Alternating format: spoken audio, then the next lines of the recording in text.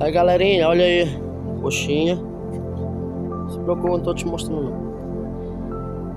Aí ó, coxinha de frango aí. Vamos ter coxinha de mortandela, carne bovina, ó, bem temperadinho, né? Mortandela também bem temperadinho, ó.